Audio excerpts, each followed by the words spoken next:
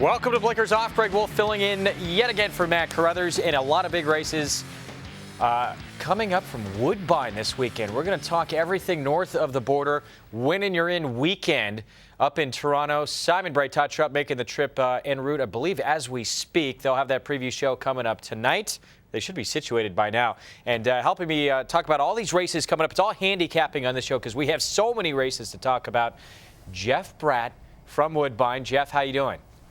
Greg, I'm doing fantastic. It's a little bit chilly up here in the Great White North today. It feels a lot like fall, unfortunately, but the good news is no precipitation in the forecast, and the turf course should be listed as firm. So I hope that Todd and Simon, they've brought their long johns up with them. Yeah, they do not handle cold weather well, especially Simon. But so no rain. It's going to be good weather, just really chilly this weekend, huh? Yeah, just chilly. It feels very much like fall. It's still obviously summer, and we do have the Rico Woodbine Mile preview show for you tonight here on TVG, 5:30 p.m. Pacific time. It's kind of split into 2 days. First of all, on Saturday, we have the 2-year-olds with their Breeders' Cup Win and You're In races, and then we have the big ones coming up on Sunday as well with the Canadian, the Northern Dancer, and the Woodbine Mile itself. Let me just ask you, get this out of the way, be completely honest. Todd and Simon, they're kind of divas. Have they made contact yet? Have they said, look, we're coming, let's compare notes, let's talk about the show, or are they just flying in, they're going to do their own thing? The only text message I got from Simon was... They haven't contacted you, have they? The only text message I got from Simon was, can I borrow a toque? A what? A toque. That's a Canadian term for a hat. Oh, okay. You know. So you going to help them out? No. You're up here now. You got to be thick-skinned. Exactly. They're big boys. All right, we look forward. That show's coming up tonight. We will see that preview show for the mile race that is a Win and You're In on Sunday. Let's look at the Win and You're In schedule. Also, for the first time, I believe this year, Jeff, not just Win and You're In races, but Breeders' Cup points awarded to the top 3 finishers in all these races. That's huge for us here at Woodbine when you get those great stake races because it just attracts more horses coming up here to Woodbine, and deservedly so with the purses and the competitive race that we do have for you. And some of the races on the program this weekend, I mean, the Canadian Stakes is just loaded. We'll look at that in a couple of seconds. And then we're going to start things off here with the Summer Stakes. I wish it felt a little bit like summer. Presented by TVG. And we're going to go 1 mile on the grass. And how about the fact that last season, so many horses that ran these races went on to the Breeders' Cup and ran considerably well. You had Pluck, who won the Summer Stakes, go on to win the Breeders' Cup Juvenile Turf. And then, of course, you had More Than Real, who finished second in Natalma, come back to win the Breeders' Cup Juvenile Turf. It's not going to happen twice in a row for Pletcher, is it, do you think? This one looks good, though. Finale, I mean, even money, looks pretty good on paper.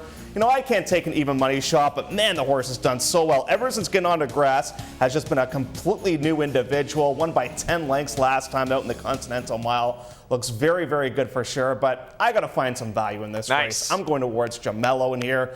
Jamello's a big price on the morning line. This one is by Giacomo of an Awesome Again mare, and I just think when you take a look at this horse's last starts, this one made up a pile of ground. At the top of the stretch, it looked like this win was not going to take place, and lo and behold, what happens? Well, this horse starts to fly, and I mean, check out this turn of foot. And Jamello will get up very, very late to win this race. Wrong lead and all, but look at this late surge here on the outside, and this was just at 6 furlongs. This horse is just getting heated up when going 6 furlongs. So, Greg, I'm going to take Jamello in here. I know the buyers are a little bit on the low side of things, but the price is on the right side of the equation for me. Very interesting. You went with Jamello in here. So you and I are really going head-to-head in this race. I'm going with the other Cititard runner in here who just outworked Jamello. Maritimer's been pretty highly regarded. He's the other Cititard, and he's the 6th horse in here, has Luis Contreras aboard. He got beat by that filly who's running in the Natalma, which we're going to talk about next. Hard Not to Like. Had a really wide trip, was 5 wide in that spot. It was the first time on turf. It was the first time getting stretched out. Cititard says this horse is kind of like a big kid. He kind of likes to play around a little bit, believes when he puts it all together, he's going to be a really scary horse. I think maybe this week, if he can put it all together in this race, he's going to really open up and have a big day. But we will see. We're both trying to beat a very short price favorite in there. I don't know. I think it's a good time to try and beat him. He was 1-5 in that race. So who'd he beat, really? Yeah, exactly. And you know what, too? This turf course is unlike any other turf course these horses have raced on. It's got the longest stretch in North America. It's a whole new ball game here at Woodbine. All right, let's talk the ladies. And the horse I just mentioned who faced Maritimer in that race is going to be one that's going to attract a lot of attention in here. Hard Not to Like, 3-1 on the morning line. And another Win and You're In race And that one for Gail Cox, who was undefeated. She just won against the boys back on August 26th. And Jeff, we got a 13-horse field that's going to line up in this Natalma. This is a parimutuel puzzler, as I like to call it. This is a tough race to try and figure out. I mean, Hard Not to Like deserves to be the favorite. She's won against the boys. She's won at the distance as well. Her last race, she posted a 76 bar. But things get a whole lot deeper for here in this spot. And you might as well call this the Mark Casse Natalma Stakes. Yeah. He's got a bunch of horses in this race. And I'm going to go towards number 10, this being Northern Passion. Now, Northern Passion ran against arguably our best two-year-old filly on the grounds last time, but that being To Endy Way. To Endy Way next is going to show up at Keeneland in the Alcibiades Stakes. That's how highly regarded that horse is. So To Endy Way right now has the lead. To Endy Way, by the way, is from the same family as Biofuel. And here comes Northern Passion on the outside. Just can't quite get there. Now this one's Dan with stakes placed on the turf. And I'm thinking that Mark Casse, who's loaded for bear in this race, has got a good one in this one. Luis Contreras is going to guide that one. Northern Passion, 4-1, the second choice. But Greg, something tells me you're going long shot shopping in this race as well. Yeah, a little bit. I mean, you mentioned Mark Casse. He's got 4 horses in this race. He's won this race twice before. Even if you just narrow it down to Mark Casse, I don't know where you go in this race because all his horses seem deep. The one that you went with, he actually says he believes could be any kind. She's that talented. It's how she's going to handle the turf, the question mark. So I decided to go with someone who was actually run on the grass already, but she's more lightly raced. I went to the 5 Spirited Miss, another Mark Casse runner in this spot. And I love her debut. This is it. This was back on August 27th, her only start. And Patrick Husbands was aboard on this day. It'll be Julien Leperoux on Saturday. She didn't get out of the gate well, Jeff. She had a tough trip in the race, and she still was able to win pretty easily in a sharp final time. It was 109 for that 6 furlongs. Here comes start number 2, and she has the pedigree to absolutely love the grass, and she showed it in that debut. Sky Mesa out of a horse chestnut mare. I think she moves forward on the stretch out in here. But again, there's a lot of ways to go in this race, but certainly the one you went with in here, pretty highly regarded. She's probably going to take some money to it. She might go off around 3-1, maybe 5-2. What do you think? I think we'll probably be the second choice in behind Hard Not to Like, because Hard Not to Like did beat the boys and did defeat a horse by the name of Maritimer that you spoke of as well. And so I think Hard Not to Like is going to be the favorite, but whenever you get Contreras and Casse, you know that horse will take a lot of money as well. This race is so deep, you got a Bill Mott horse that is 20-1 in Anna Sophia, who I actually think has a shot in here, has a nice turf pedigree. We'll see trying the turf for the first time. That is the 4 horse in this race with P-Val.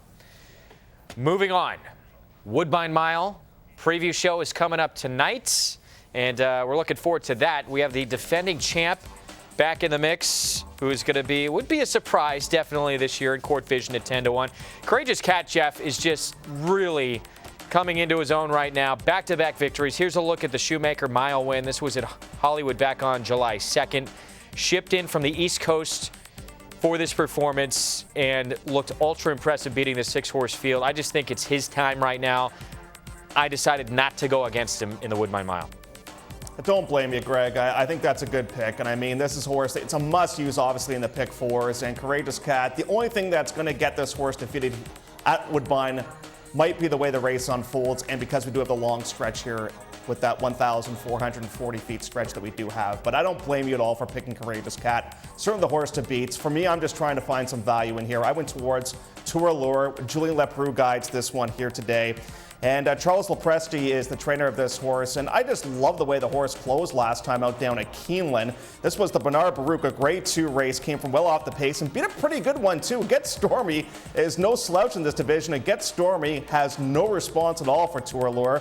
This one's by Wanda, who's a personal favorite here in Canada because that horse did win the Canadian Triple Crown, so I think it would be a bit of a nice story as well. But from a wagering point of view, listen, he's going to have to hustle going 1 mile because he's not a true 1 mile horse here. He's going to need some horses to rock and roll up front. Courageous Cat certainly is the horse to beat in this race, but I think this race a little bit top heavy in speed. I don't think they're going to be rattling right along on the front end in this race. All right, yeah, that was my concern. I'm a big fan of Charles Lopresti too, and I love that Bernard Baruch because he did have trouble in that race and he still won easily. The one who scares me a little bit, I think could maybe move up and surprise, is the Clement runner, Right One. I know Courageous Cat beat him pretty handily in that poker a couple of starts back. It was an off-turf course that day. And aside from that race, you look, I mean, on firm turf courses here in the States, he is undefeated, a perfect 3 for 3. So maybe it was just the ground that wasn't to his liking in the poker. Maybe he could turn the tables. And you know what, too, Greg? Another horse that's going to get a lot of money in this race locally is going to be Grand Adventure. He had just a disastrous trip last time out in the Play the King, got away slowly, had all kinds of traffic trouble. The problem with Grand Adventure is he hasn't won in eons, so can you back that horse? I mean, that's the biggest concern with me is the fact that he has not won in a long time. And I know we got the defending champion here. He won this race at 7-1 last year. He's 10-1 now. I mean, Court Vision past his prime. The form not there for him. Would he be a huge surprise? I'm taking that stance here in this race. Yeah, I'd be surprised if he won in here, but I was surprised last year when he was able to win. So he clearly does like this turf course, but yeah, he's been sold as well. I don't know what to do with him. I'm leaving him off my tickets. All right, let's move on to the Grade 1 Northern Dancer, and this one on Sunday, race number 8, 1.5 miles on the turf, and Wigmore Hall. I do have prices, as we've seen, but in this race, I decided to chalk out, and I went to Wigmore Hall as well. Jamie Spencer will be aboard. This is the Arlington Million, and you look at this race and who he faced in this group. It's just light years better than what anyone else in this field has gone up against, and he didn't have a good trip in here. Broke slow out of the gate, got shuffled around at the quarter pole as well, and I think he moves forward. That was his first start in the States as well, Jeff, so I think he moves up off that. And even if he runs back to that race, I think he wins. I'm with you, and I guess the only question is the distance. I mean, the horse did go 1 mile and 5/16 in York last July, but I don't think the distance is going to be a problem at all. And obviously, the Arlington Million has produced Ray Strada, who came back to win the Grade 3 Kentucky Cup. The 6th place finishers come back to win as well. I think you can use 2 pretty safely in your pick 4 tickets in here. Bourbon Bay and Wigmore Hall. Everybody else is going to have to step it up considerably. Greg, I'm with you, though, on Wigmore Hall. I like the rider change. I like the fact that this is a horse now gets to start in North America for the 2nd time. Even though he did ship back home, he's now come back here to Woodbine. Definitely the horse to beat in this race. All right, so we're both on Wigmore Hall. It's going to be a short price in that Northern Dancer that does kick off the pick 4. We'll get to our pick 4 tickets on Sunday coming up in just a minute. First, we're going to talk before that pick 4, the Grade 2 Canadian. We got 3 Grade 1 winners, Jeff, in this race, lining up 1 mile and 1/8 on the turf. Fillies and mares, 3 and up in this spot. And we've got a deep group that will line up in this field. I actually did go to a price near, but a 14-horse field that will line up in this spot. But Chad Brown with Zagora probably going to be the horse to beat off that Grade 1 win in the Diana. Now, Greg, I'm not sure about you, but when I handicapped this race, I changed my mind a couple of times. I originally knew the horse I wanted to pick, and then I backed off, and he said, you know what, I'm not going to change my mind in here. But this is the best betting race in all of North America this weekend. This is a fantastic wager in a race. You have Zagora in here. You have, of course, a Breeders' Cup champion that will go postward and shared accounts. I wonder if we're on the same price or not. I'm not sure if we are, but I'm going towards Magic Broomstick. Now, my Magic alternate, Broomstick, okay. Oh, your alternate. That's okay. I liked her a lot. I wound up going elsewhere, but what'd you like about her? I love her comeback race. She looks like she is an improved individual. I mean, look at this race. Now, what did she beat on this day? Not much, but she is one that is basically geared down here, posted 99 buyer, and she was one that was wrapped up. Now, they tried to get this horse into another race, the prep for the Canadian. It did not go, so that a trainer into this race here today. I think she's way better this year than she was last year, and that's scary, scary news because she's a fat price for a rider that's got a ton of momentum right now and for a barn that can certainly have one ready to go off a layoff. Yeah, I'm right there with it. I thought this horse had a huge, I love that start. It was off a long layoff. You look back, too. I mean, she's faced Fantasia, Miss Keller, Mekong Melody. She's had trouble in those races and still been right in the mix against this quality of horse. So we know she fits. And now it looks like she's really taking that next step forward. So I considered going there. In the end, I went to Stars to Shine. I love post 14. I like being stuck on the outside. So 12-1 shot. He's going to be stuck out in post 14. But, you know, you have a long run to that first turn, so maybe it's not that big a concern. I just really think this is another horse, Jeff, that's really starting to shine right now. She had a big victory last start in a stakes race. I know it was on synthetic, but her turf form has been very strong as well. She faced Never Retreat, Beta Bay, Mekong Melody a couple back. Had a horrible trip in that race. She's only beaten 3 3/4 lengths in that Dance Smartly. So she belongs with this group. I knew I'd get a price as well, and I think she's moving forward and has a shot at a number in the Canadian. What do you think? Now, Greg, what's going on here? Like, first of all, I pick a Cittatard horse, you pick the other one. Now I pick a Mark Frosted horse, you pick the other one. I mean, we're on the same coaches here. We just like different players. Well, at least we're somewhat along the same lines. We like the same barns. Yeah. We know that much. Pick 4 is going to be sensational on Sunday, and it starts in that 8th race in the Northern Dancer.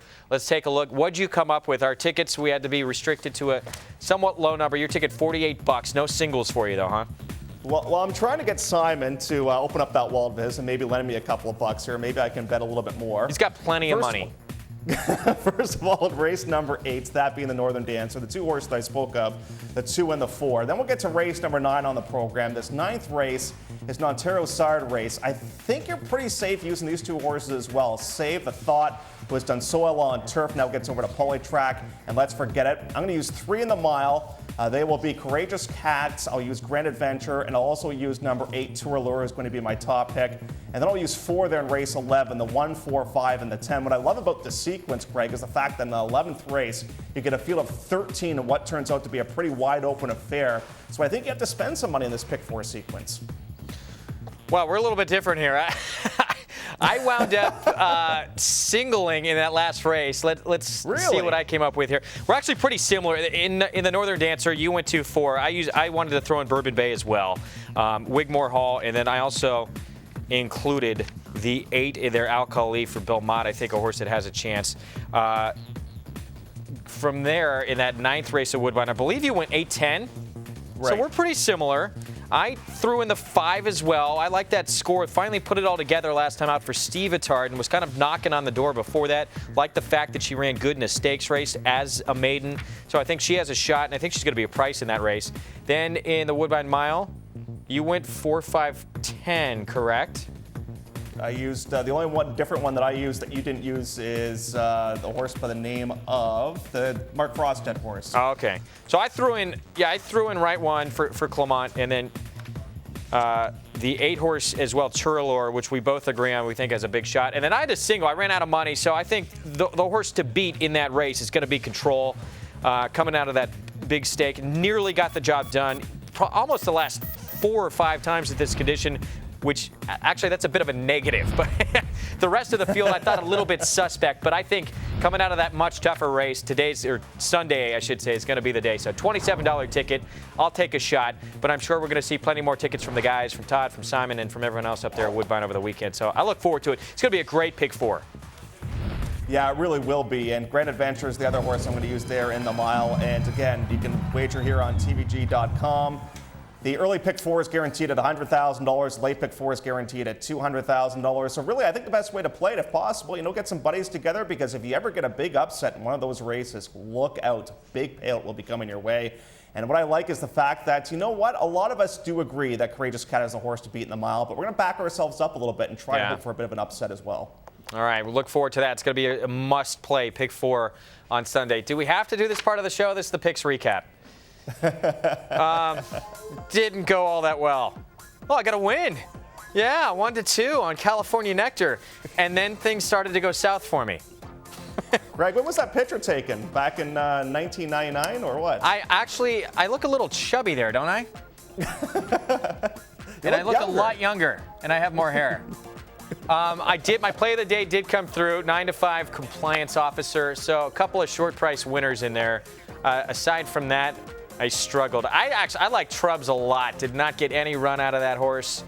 I actually thought Meisterstinger, if it wasn't going to be Trubs, had a big shot. Unfortunately, he didn't run big either. Who Rich liked in there, got bet down to 3-1 in the Sunday Silence. That was all these 2-year-old races on the grass that were kind of blank, wide open races. Struggled in those. I thought Dreamy Moonlight, who was trying the turf for the first time, was going to run huge. Got no run from Dreamy Moonlight. Jeff, I'm going to do better this week, I promise. Well, you know what? The Canadian fan club of Greg Wolf are hoping that you turn things around, and it is a huge fan club at that. So the pressure's on this week, buddy. Oh, I got 9-2 on Drink of the Day. I didn't realize that. That's not bad. That's a good pick. Is that right? I thought that horse. Is that right? 9-2? Well, we're going to give you credit anyways. Here's the thing. That race actually came off the turf, but I still get credit for that, right? Absolutely. Yeah, I knew it was coming off. Change surfaces. I knew that when I handicapped the race. All right, we are going to take a break. We're coming back. I got 3 wins. I got 3 W's, even though one of them was at 1-2. The other was at 9-5. I got a 9-2 with there. All right, we'll be back. We got a couple more races to talk about. Belmont, the Garden City. Can Winter Memories bounce back? We'll find out against the filly that beat her last out in Hungry Island.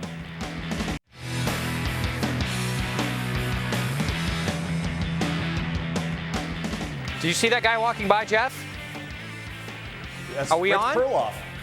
That was Rich Perloff. and I got to apologize to him because he got a win at 9-2 on Gung Ho in the Sunday Silence. So, Rich, well done. I didn't even mention it on our picks recap. He had a nice winner. You can't leave out those 9-2 shots.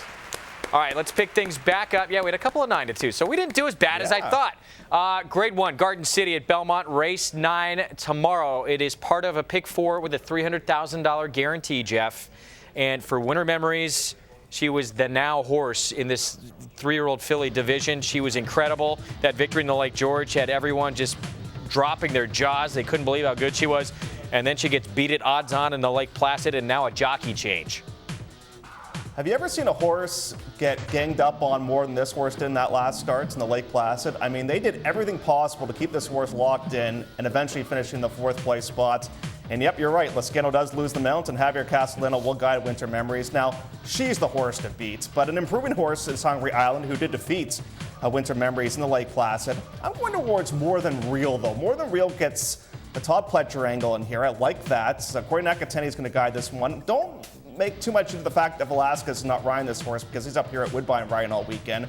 So I'm going towards More Than Real, who was actually sent off at odds of 3-1 the Lake George. That was the second start after coming back, a bit of a layoff, and the first start coming back in North America too. So I'm going to go towards More Than Real, Greg, coming up in the 9th race, that being the Garden City, and what should be a tremendous race. Are you going towards Winter Memories or in another direction? I am going in another direction. I like that pick from you because you are getting some nice value in there, and she's kind of starting to make her way back. We did see improvement, so we'll see if she takes another step forward. I went to Hungry Island. I mean, she's reeled off 4 in a row. This is a nice horse. That it wasn't just Winter Memories having a tough trip. She earned this win. She won going away as we take a look at this Lake Placid. So Winter Memories, it did have that kind of tough spot where she was inside, and that warranted the jockey switch from Lescano to Castellano. But look at her, how she pulls away, and she's geared down. Alex Solis has been on board for each 4 of those victories. She loves Belmont Park. 3 wins in a second in these 4 starts over this turf course. So, and she, that final 8th, 11-3 on a turf course that had a lot of, it was pretty deep, yielding turf course at Saratoga on that afternoon. So she ran huge in that performance. I think she's the one to beat. We'll see, though. If Winter Memories can bounce back, we know how talented she is, but she's going to be another short price. So I'll take Hungry Island, get a little bit of a number. She'll be 5-2, maybe 3-1 in that race. Yeah, I agree with you. So I think we're both playing it right. They're trying to beat the favorites as we hopefully get some value with our 2 horses in there, both by the same sire, that being More Than Ready. I'm picking a lot of More Than Readies this weekend, it seems like. Well, our last race before our play of the day, it is out at Fairplex at the LA County Fair. Barrett's Debutante, 6.5 furlongs. And please tell me you didn't do what I did and chalk out here. I did not. Good for you, because it's ridiculous to do that, even though I did. I'm not proud of myself. I went for Cha-Cha Latte. Good call. In this spot. Cha-Cha Latte is one that's raced exclusively on synthetic racing surfaces, but yet trains at Santa Anita on a consistent basis. And I'm just wondering if maybe she's just aching to get over to a dirt racetrack and get to do that at Fairplex in the Barrett's Debutante. So I'm going to go in that one's direction. And your horse is one that's actually lost the only time that she raced on the dirt, and it's going to be the prohibitive favorites, and deservedly so. She's the most accomplished horse in the field at this point. I mean, it could be 1-9 in here. I mean, you got 5 maidens, you got 3 other horses with just 1 win, and then you got Eleanor Rugby, who is a stakes winner, multiple stakes winner with 3 victories. So she's going to stand out head and shoulders above this field. The horse you picked may have just not liked Del Mar. She actually ran decent in that We Miss Frankie race, who came back and won that big stake at the end of the meet. The other horse, I guess, is the Craig Lewis horse on the outside. If you're going to try and go somewhere else, at least she proves she likes Fairplex and can run on dirt. I just couldn't get by Eleanor Rugby, though. She's going to be 1-9. I said, I'm going to take it. I'm going to move on. And I was scared I might not get a win because it's so tough, all the races we're looking at. I wanted the sure thing. So I decided to chalk out there. But I promise you, right? What's that? You want the easy tap in, just that little tap in there, oh, the man, 1-inch tap in. The show, actually, I felt good about what I did on the show until I came up with that pick. That's horrible. Play of the day, though, I'm going to rebound. Where'd you go for your play of the day? Well, Greg, you strike me as a guy that has some musical talent, so guitar solo. I can picture you playing a little Kumbaya. I can play a little bit, yeah. There.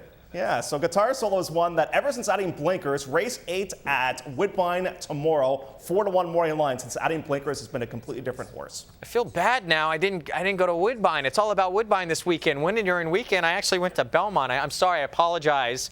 I should have gone to Woodbine. I think Chernobyl's hero today, race 8, on the turf. 12-1 morning line. Huge race last time out. Actually beat a neck, but moved up to first via DQ. Has won on the turf course before at Belmont. Has a big chance and actually ran very good against Compliance Officer, who won a stake last weekend and got me a W on the show. We will see you next week. I think Matt is still... Oh, he's back next week, finally. So Matty returns next Friday.